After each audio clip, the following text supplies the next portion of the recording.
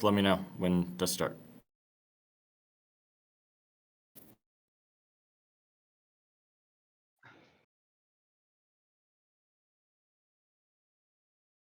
Oh.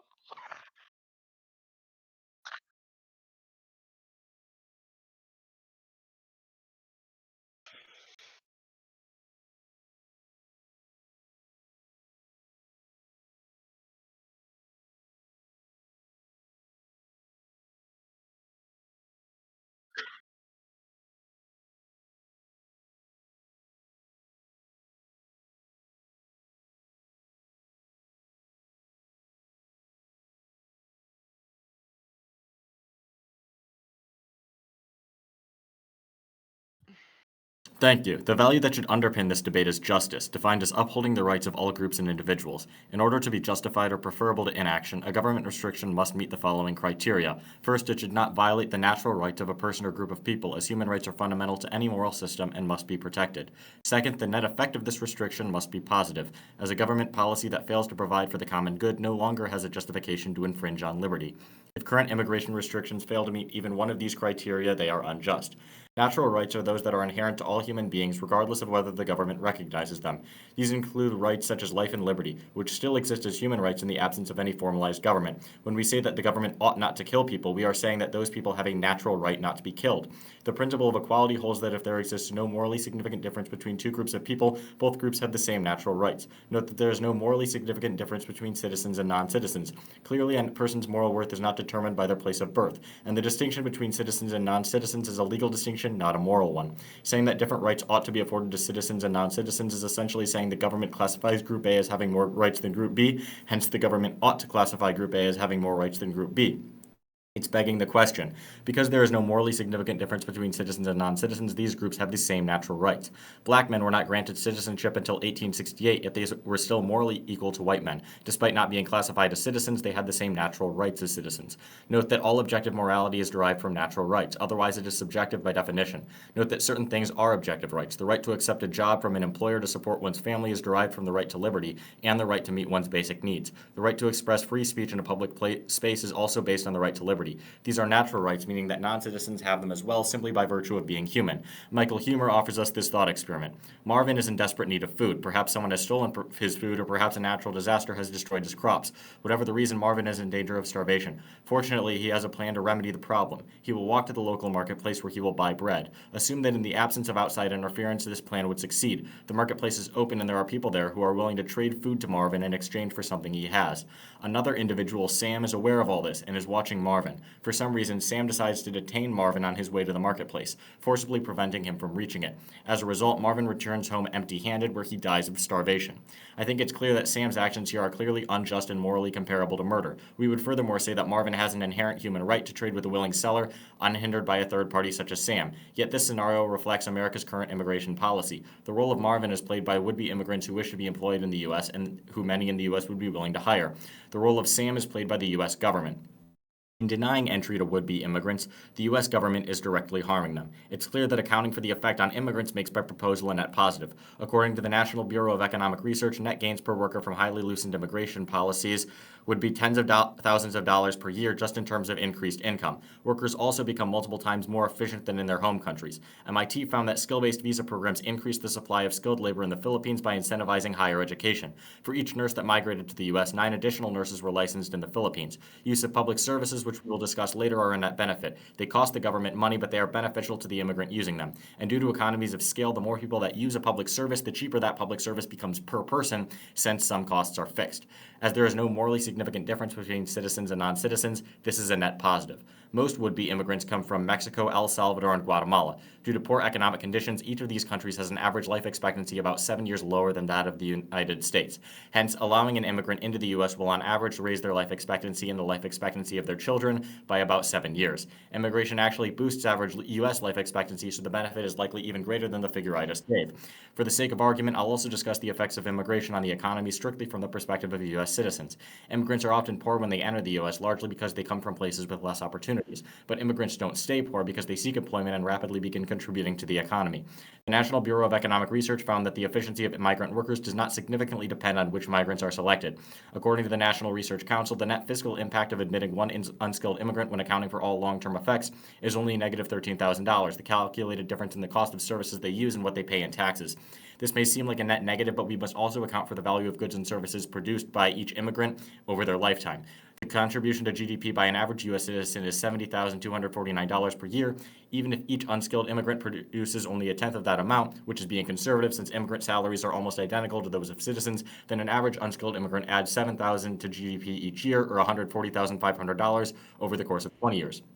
Essentially, the average unskilled immigrant contributes far more in value in goods and services than they receive from the government. According to the National Research Council, immigrants increase the efficiency and wages of native workers overall due to complements in production. Immigrants are 80% more likely to start a business than those born in the U.S. In the long term, this will increase wages even more. Consider public spaces such as roads or sidewalks that we generally agree citizens should be allowed to access. These spaces don't belong to anyone in particular. I hold that tyranny of the majority is unjust. Recall Jim Crow laws. If a large majority of the population votes to ban a minority from using public spaces, that law is unjust. It follows then that individual citizens have a natural right to access public spaces, whether or not the government recognizes that right. Because there's no morally significant difference between citizens and non-citizens, and because natural rights exist independently of citizenship, it follows that non-citizens should also be allowed to access these spaces. Thank you. I'm now open for cross-examination.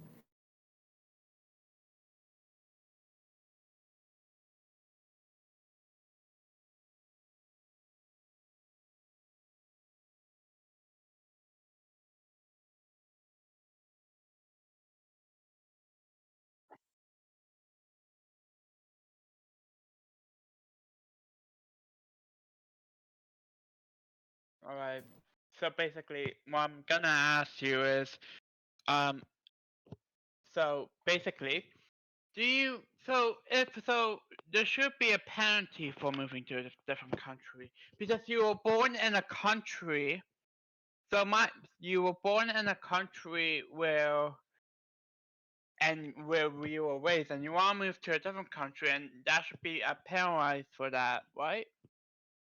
I disagree with that. Uh, but but if you want to move to a different country,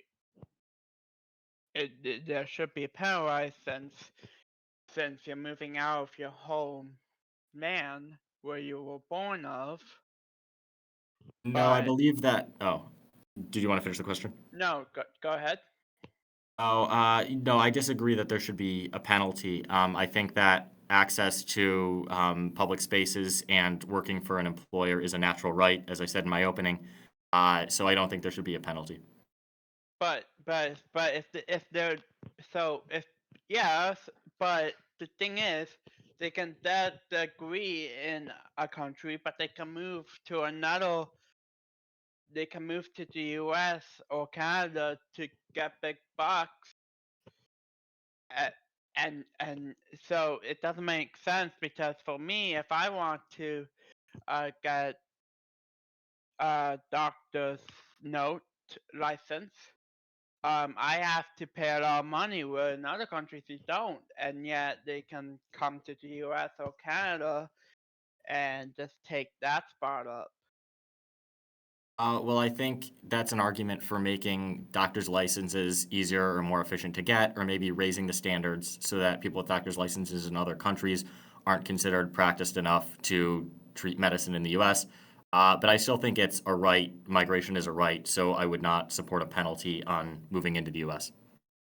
So, but that's but that's not right since um and again with Canada, a lot of people are moving in, but there's no homes for the natives. I disagree that there are no homes for the natives. I think that the prices are probably going up due to increased demand, but there are complements in production. Increased workforce will make, in the long term, houses cheaper to produce. And I think they have as much of a right to engage in voluntary trade as the natives of that country. No, because then no, I don't think that no. We're running out of time. Okay, you can go ahead and start your opening.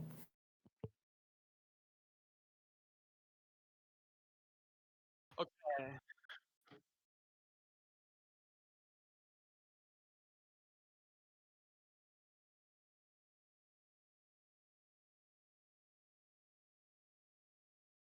So basically, like I said, doctors can get distant notes, but from another country, but and move to the U.S. to get even more money, be, to be basically get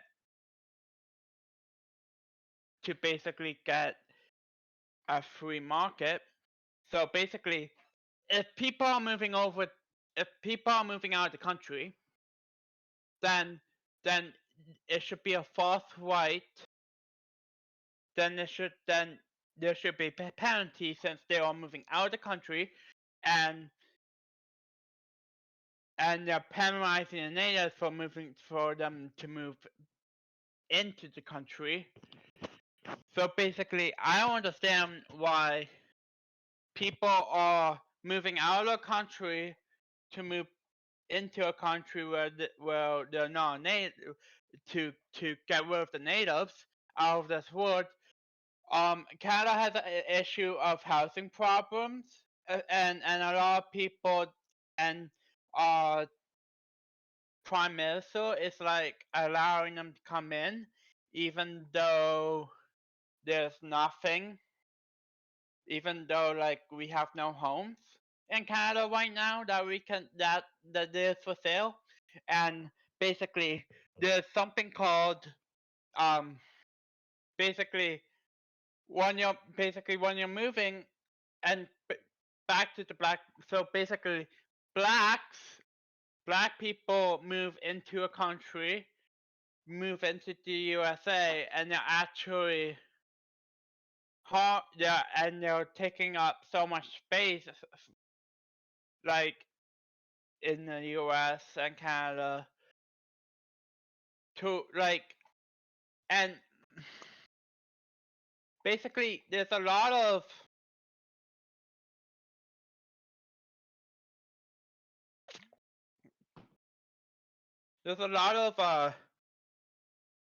things that are wrong with the countries, like basically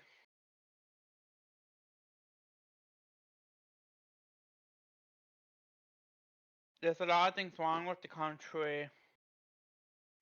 countries, like allowing information means doctors can get things easier, get predictions easier, but I don't think that's to fair for the natives trying to get doctors. So, and even then, like with this goes for our education. You can go to India to get cheaper education, but you still can cheap education, and then come to the U.S. to grab a lot more money, like over $100,000 a year. Like what's that about? And people that are moving out of a country are like trying to get into a better place, but they're not growing up into a land where they call home. Like one, they can move from a baby, yeah, but the parents are at fault because people are just not allowed to be allowed to move. Basic what I'm saying, like it's basic knowledge. Like I can look up right now, like how many homes are there? There are 14,000, 36,000, but people are moving in to the U.S. and that's causing the homeless people to increase. They're causing the homeless to rise. The immigrants are coming in, taking homes, and making the homeless population more and more common, and more and more people can't afford to live. Basically, that's my opening. Okay, thank you for that 5 minutes. We will turn it over to Savant for a 3-minute cross-examination. And let me get that on the clock. And whenever you're ready. All right. So first, if there's no morally significant difference between two groups of people, do you agree that they should have the same natural rights, such as life, liberty, etc.? Yes. Okay. In the 1800s, when the government said that women were not allowed to work, do you agree that that was unjust? Yes. Do you agree then that individuals have an inherent right to accept a job offer from a willing employer and that it is unjust for the government to infringe on that right? Yes. And this falls under the right to liberty, which all people are born with, correct? Yes. Okay, so do you agree then that people in other countries who have the same right to liberty as you do also have the inherent right to work for an employer that offers them a job in the United States? No. But we agree that they have the same right to liberty and that the right to liberty entitles you to work for an employer who offers you a job, which I Right. believe you agree to. So Yeah. then it follows that immigrants who have the right to liberty, it follows from their right to liberty that they have the right to work for someone who offers them a job, correct? In their country, in their home country, not outside of their country. Okay, but the right of a citizen to accept a job from a specific employer is due to their right to liberty, correct? Correct. And that same specific employer, if all that is required to work for that employer is the right to liberty, then anyone who has the right to liberty would have the right to work for that specific employer, correct? Correct. So anyone who has the right to liberty has the right to work for that employer, and immigrants have the right to liberty. So don't you agree that it follows from those two premises that the immigrant has the right to work for that employer? No. No. No, Okay. because they're from a different country and they want to go to a country where they weren't born, go to a country where they weren't born in. So basically, that's not right. Okay, but it follows. The first premise was that immigrants have the right to liberty. The second premise was that the right to liberty entitles you to work for that specific employer in the United States. And the conclusion is that the immigrant has the right to work for that employer in the United States. So do you agree that it follows from those two premises that the conclusion logically follows? Again, it comes down to where you were born in. Like like like who are you? Like where were you born? You can't just accept someone from living in a different country. That doesn't make sense. So, okay, just one more thing before the time runs out. We agreed that if there's no morally significant difference between two groups of people, they have the same natural rights like life and liberty. Do Yes. you agree that do you agree that there's no morally significant difference between someone born in this country and someone born in another country? No, no, no. It's completely different. Okay, thank you for that. It is now time for, I believe it is, we're at the first affirmative rebuttal, which is Savant. You have 4 minutes. 4 minutes. Come on. 4 minutes. And start whenever you want.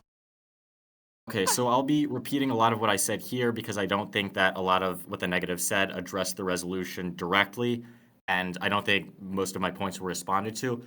So first, I'll reiterate the idea that there's no morally significant difference between two groups of people. Clearly, where you're born isn't really a morally significant factor, despite the fact that Captain Stark says that it is. I don't think someone is less of a person because they were born in another country. If you have someone at near the border on the American side and someone living 10 feet away on their side, they don't have less of an inherent right to liberty just because they were born 10 feet away. Even people who would disagree with me on the immigration issue, I don't think this is a controversial premise because if people in different countries have different moral rights, then which country creates the most important people? Are people more important because they were born in the United States or Mexico? And then what determines which countries are you more important because you live in Mexico than if you live in the United States? So there's not really logic there. My opponent concedes that it was unjust for the government to discriminate on the basis of gender, whether people were allowed to work. So clearly discriminating based on immutable characteristics is wrong, and this is discrimination based on an immutable characteristic, which is where you're born or who you're born to. The caste system in India discriminates on the basis of lineage, but clearly that's immoral. So discriminating on the basis of lineage, which is often a basis for citizenship is unjust.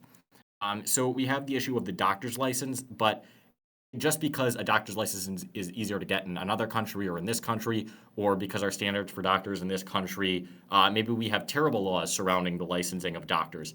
But that's irrelevant to whether people in other countries have a right to come to the country, to use public spaces, or to work for employers in this country. The government should not violate rights simply because it has a law that's inefficient. Since everyone has the same natural rights, people in other countries have the same claim to, through a consensual economic transaction, buy a home from someone who offers it in the United States. So there's no reason that we should prioritize natives having the right to buy homes because that's a natural right which everyone has. Another thing, my opponent talks about black people taking up space. I think it's clear he opposes discrimination on the basis of gender. Discrimination on the basis of race isn't any better than that. It's still unjust. So we shouldn't care about the race of the people coming in. That's an immutable characteristic. And we agreed if there's no morally significant difference between two groups of people, then they have the same right to life and liberty. Then the issue of cheaper education in India, you can go to India and get cheaper education. I agree that's a good thing. I think you should be allowed to go to India and go to a private school or use the universities there because I support the right to migration going into different countries for those economic opportunities. My opponent also talks about not being allowed to move. So the main issue that I think my opponent is running into is that the confusion of natural rights with doing things within the borders. If we have a natural right to do things within our borders, then that doesn't depend on decisions the government makes, the decisions that other people say, or the classification of citizenship. But I think there's a contradiction here because if a right is objective, it can't depend on decisions that other people make. And yet the borders drawn up by the government are based on decisions other people made in the past. So the reason that we would be allowed to protest in a public space, if that's an objective right, then it can't possibly depend on that place being within our borders, because if history had gone differently, those borders could be completely different. And I believe that concludes everything I was going to say in this round, so I'll cede the rest of my time. Thank you very much for that. It is now time for our 6-minute negative rebuttal by Captin Stark. Put 6 minutes on the clock, and I will start the timer when you start. Okay, so basically, what's happening here is so I'm going to address you with the with this it with the different countries. So basically in Canada you're allowed to use drugs, but in the US you don't. Like marijuana. So if you take marijuana to a border in Canada, you can't take it over. So doesn't that mean like that's not right? And there's new laws coming in to the USA, Canada, India, Britain, anywhere. You can't just say it just makes stuff up in the past, like they made the rules in the past and they stick it. No, it changed. A lot of things have changed in the last decade. Some of it is good, some of it is bad. You can like so when you're saying it's last last, and when you're saying like when when you're talking about the past, are you talking about 5 years ago? Are you talking about 10 years ago? Are you talking about 50 years ago? Because that's what I'm trying to understand. And about the India moving to India for schooling, sure, I can't get aboard with that for school, for sure. Like I'm allowed to for school, but living there, no, just for school. But school is fine. School is fine, but moving there into a house, buying a house is not. So school is fine and buying a house is not. Um, I'm pretty sure I'm not missing anything.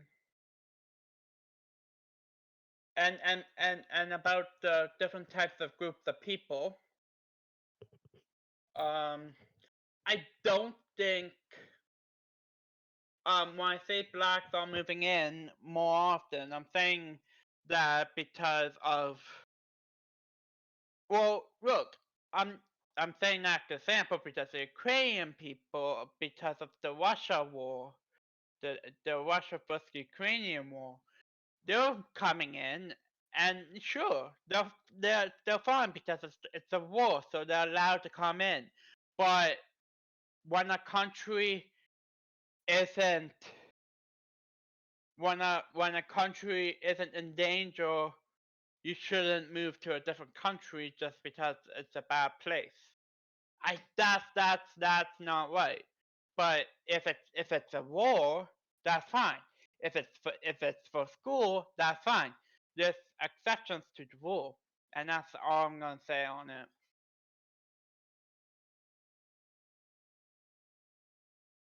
Okay, thank you for that, Captain Stark. It is now time to move to our final round, actually. It is a 3-minute rebuttal from Savant. 3 minutes on the clock, and I will start when you do. Okay, thank you. It's interesting the last round because I could reiterate a lot of the arguments that I've made. I think a lot of what we heard in the negative rebuttal wasn't really an attack on the premises or an argument as to why I'm wrong. It was simply a lot of disagreement, such as saying that buying a house is wrong, even though I think we'd established pretty early on that natural rights don't depend on where you're born. They don't depend on who you're born to, and they don't depend on what the government says. So no matter how the government is discriminating, whether on the basis of citizenship or on the basis of where you're born or who you're born to, those are differences, but they're not morally significant differences. Um, and so discriminating on that basis would be wrong, and people have the same natural rights. We agree that people have the natural rights to work for someone, presumably the same natural right to buy a house from someone who offers it to you. And those natural rights don't depend on whether you're a citizen or a non citizen. I think what the negative had to do was demonstrate why these differences are morally significant when they're really just immutable characteristics. My opponent concedes that it's fine to go to schools in other countries, but that general principle should apply if you have a right to go to another country to seek some benefit from them, then how is employment any different? If you have a right to go to another country because your country is in the middle of a war, well, why shouldn't you be able to go during peacetime when you have other problems that can be just as pressing as war? A famine or sickness in a particular country, those can be problems that threaten people just as much as the war is threatening people today. Different groups of people. There's a lot of talk of which groups are coming into the U.S. I didn't really see that put toward an argument as to why they shouldn't be allowed to come to the U.S. Or an argument as to why we have exclusive rights that other people don't. They're all based on the same natural rights, which don't depend on lineage or where you're born. So I think if you follow those premises to the conclusion, as I think was established in cross-examination, then immigrants also have the right to be here. Another thing we didn't really touch upon that I talked about in my opening is that each immigrant is a net benefit for the economy. So we should be letting in an immigrant if they're going to be helping the economy. I don't think we ever heard a response from my opponent saying that immigrants were hurting the economy overall. We heard about the effect on housing, but an overall effect is accounting for the effect on housing and the effect on GDP and the effect for complements in production. So I don't think the negative adequately accounted for all of those things. So in conclusion, the U.S. government ought to allow entry to most people who would like to enter the country. And that concludes my time. Thank you very much, Savant. I don't know what you gentlemen wanted to do from here, whether you wanted to do another round or if you just wanted to open to questions. Why don't we open to questions if that's fine with you? Yeah, sure. It's your debate, so it's up to you, gentlemen. We don't have many. Okay. We do have one from Shane. Question for both of you. Why argue when we can all just hug? His second question was a test. Third, from Tinfoil Freak, Savant, have you considered rapping? You are outpacing Slim Shady now. I believe they're referring to your opening statement. My opening argument. You were going like a bat out of hell, my friend. It was great. You were understandable, but you were quick. But you had a short period of time, so you had a limited time to get it all out.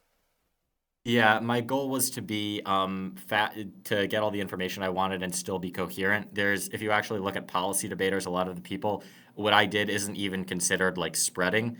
But they usually those people, I think I talked at about the speed of like 200 words per second, when a lot of policy debaters will talk at over 300 words per minute, Minute, when a yeah. lot of policy debaters will talk at like 300 words per minute.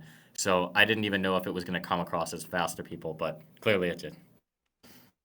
The final question that I see, this one didn't generate too many questions, but for Savant, why ought I consider, from Elusive Viper, for Savant, why ought I Yeah. consider migration or working for an employer in a foreign country a right? Okay, well, I think it comes from the concept of natural rights that I think was touched upon a little bit throughout the debate, which is that if you have an inherent right to work for an employer or to use public spaces, as we would say, the right to assembly or protest is a natural right. Natural rights don't depend on where you're born. So if there's no morally significant difference between people here and people in another country, and you have the inherent right to use those public spaces or work for that company, then they also have those rights.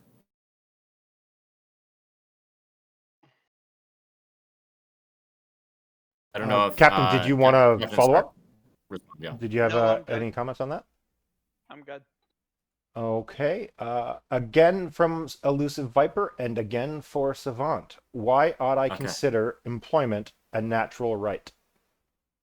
Employment and natural right. Well, I think it comes from a lot of examples, like when the government discriminated against women and said they couldn't work, or even when they said they could only get some jobs.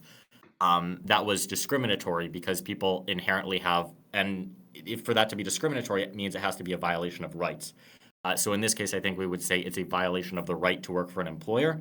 And another way to establish that is even if there were no formalized governments, I think I gave this analogy early on where somebody wants to visit a market and then somebody else forcibly stops them. In the absence of any government, you would naturally, despite the laws not defending that, have a right to exchange to support your family unless you're infringing on the rights of somebody else. Thank you for that. Did you have any follow up on that? It was for Savant, but I always like giving both parties a bit of a chance to respond Uh, briefly. uh, yeah. What was the question again? Why ought I consider employment a natural right? Why? Oh, yeah. It is a natural right. I'm not like, yeah. It. You should be allowed to do whatever you want, as long as it's within your country where you were born at. And sure, there's exceptions to the rule, but you should be whoever you want to be. Okay, thank you for that. We do have one more from Tinfoil Freak. Should immigration be allowed between two warring countries? And this is for both of you. Is it? I guess I could go first if you're fine with that. Well, I would say it depends on a lot of the things. I would support screening. The reason I say most in the original resolution, it was phrased as the majority, is that I do think it's fine to screen people to see if they're a violent criminal or if they're a threat to the country because they've done violent things in the past. Just because two countries are at war, that I think there are some cases still where you'd have someone who's not involved in the war, someone who's not a threat, who wants to work in the other country, and I think there are a lot of cases where it would be feasible to let them in. So I don't think just because two countries are at war, because their governments are at war, means that you should take that out on all of the citizens of that country. And obviously, you have in some cases, I don't think Russia is very interested in protecting anybody's natural rights. So there's a lot of cases they might not let Ukrainians in, or they might not let people from countries they disagree with in. But that doesn't make it ethical just because their government is doing that. My point with this is, yeah. So basically, how we should handle this is we should put them on. There should be a campsite for immigration, and make them go there so for screening and s- and seeing and cleaning them up just in case they're from a dirty country. making sure that checking off their bags, see if anything's not illegal in your country. I believe there should be a campsite for them. I believe there should be a campsite for the immigration before they can go into a country, so they can be screened. Thank you for that. Tinfoil Freak, did I miss a question? Which one? Did it? Oh, oh, right. He didn't technically answer. That wasn't technically your question. Your question was. Oh, yeah. Actually, no. Have you considered wrapping? That is right. I need to put the interlocutors on the fire. You did not answer their question. Oh, that's true. I don't think I've considered rapping as a career, no. I just want to thank you too. We don't have any more questions. If there is anybody else who is watching right now who would like to answer or ask our two wonderful debaters a question here, at this point, just say it. I'm watching the chat, and I do see Ryan, the God, chatting. Oh, actually, good point, Ryan. I did forget that. The format doesn't specifically have any time for closing statements, but I do like providing debaters with closing statements. If you're going to have an opener, you should have a closer, in my opinion. So, did you guys want to have, take 30 seconds, a minute, or something each, and have a bit of a closing before we shut down? Yeah. Yeah, go ahead. I think I went most recently, so I'll Yep. let the captain Captain, by get all his means. closing speech. I can do this. So basically, I agree with you, Savant. But my only concern is it's it's it's it's a bit too easy for them to be moving. I believe there should be a campsite for the immigrants for every country, so they can be tested and see if they can be in, like not letting them go in the country right away. Like we have to test them to make sure that they are a good fit. Yeah, I I believe and yeah, I believe in schools, but I believe we have to get a campsite to order to solve this issue for immigrants. I believe we need a campsite. That's it. Okay. Yeah, I guess I could respond to that just okay. So I think we might agree here actually more than I thought from the start. So we agree that some things are natural rights. The only issue I have with my opponent's view of natural rights is you can only do them within your country. But if your natural right is dependent on decisions that politicians or creators of a country already made, whether it's 5 years in the past, 10 years, 100 years, whenever the country was founded, then it's not really an objective right. But I think these things are objective rights, so they can't possibly depend on what the borders are. I agree that immigrants should be screened, but when my opponent says a good fit for the country, the part where I would disagree is on what counts as grounds for immigrating. I think anyone, unless they're a violent criminal or wanted for some crime, that they should be allowed to enter the country because that is a natural right, as much as people in our country have the natural right not to have their freedom restricted unless they commit a crime. I would say what the leader of the country says. And I believe that. Okay. Yeah, That's that's pretty much all we have. We do have one very quick question from Ryan, the god of Discord, the god of all, the god who created us all, Ryan Light and Shade. Isn't it true that most of America's acts of terrorism is domestic, not immigrants? I'll put this out to both of you. And honestly, I'm not even sure if this was a question for either of you. Okay. I guess I could start with that. I actually had a statistic I was going to bring up if it came up in cross-examination or my opponent's opening round, which is that there was a report titled "Do Immigrants Threaten U.S. Public Safety?" and the Federal Reserve Bank of Dallas found that immigrants commit actually less violent crime than natives, and areas with more immigrants have similar or lower crime rates than the rest of the country. So I was more concerned about looking at it overall. I hadn't heard of that thing about domestic disputes, but I'm sure that would track with the data that we've seen already. And Captain. Yeah, I believe, no, I believe it's not on, I believe it's not terrorism that, that, that, that, that is, I believe it's another important thing, I believe it's capitalism that you were pointing to. That's what made America capitalism. I don't believe like terrorism and capitalism are like sort of the same, but capitalism is like DNA and these other stuff. Or terrorism is like violent stuff all around, which is when you're building a country, it's capitalism. So, so if you're saying America's acts of terrorism, I don't think that's right. I believe it's capitalism. Okay, thank you for that. I'll give Ryan one last chance to bring up one more question if he happens to be typing one right now because I see he's typing. But other than that, I just want to thank everybody for coming by for another modern day debate Discord event. It was a wonderful debate. It was a short debate, but that is the format. I'd like to thank our interlocutors for being very calm and respectful to each other. And that's about all I have to say, other than thanks for the great debate. And I guess we'll see you next time.